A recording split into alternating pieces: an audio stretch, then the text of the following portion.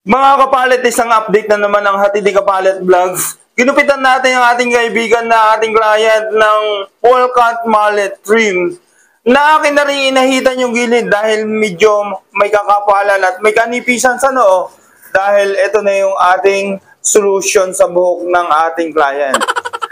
Dito sa likod, mapapansin natin mga kapalit na ka-wall cut yung ating likuran na ginawa sa ating client. Ayan mga boss. Dahil yan ang ating ginawa, dahil may kahirapan yung texture ng buhok ng ating client sa ibabaw, ginawa solusyon na lang para hindi halata na manipis. At dito sa gilid, sa kabila, same lang ang ating pagkakagawa. At dito, ganun din. Mga boss, sana may natutunan tayo, idea bilang isang barbero. Kung nagustuhan mo, paki-like and share, follow mo na rin para ma-notify sa mga hairstyle na aking i-upload. Thank you mga kapalit!